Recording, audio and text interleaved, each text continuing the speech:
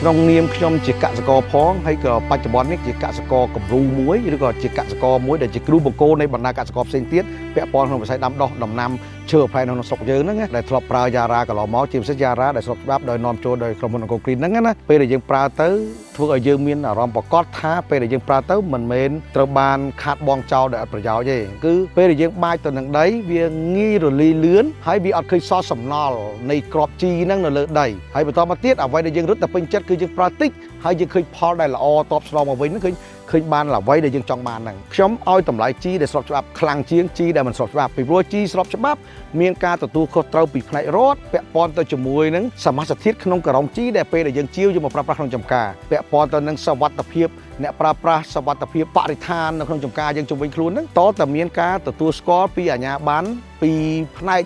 មន្ត្រីពាក់ព័ន្ធទើបយើងហ៊ានប្រើប្រាស់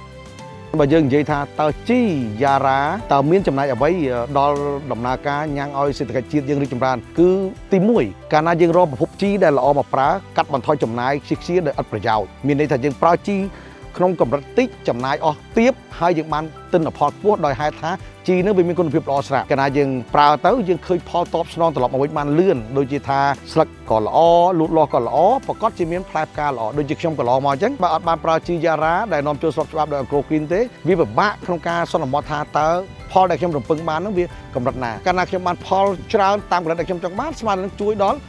ប្រទេសជាតិយើងដែរមានន័យថាជីស្របច្បាប់មានការបង់ពន្ធជូនទៅរដ្ឋត្រឹមត្រូវមានន័យថាយើងជាកសិករយើងប្រើជីដែលក្រុមហ៊ុនស្របច្បាប់ស្មើទៅនឹងយើងចំណាយលុយ1ភាគដើម្បីអភិវឌ្ឍក្នុងវិស័យដែលពាក់ព័ន្ធជួយដល់ប្រទេសជាតិយើងដែរ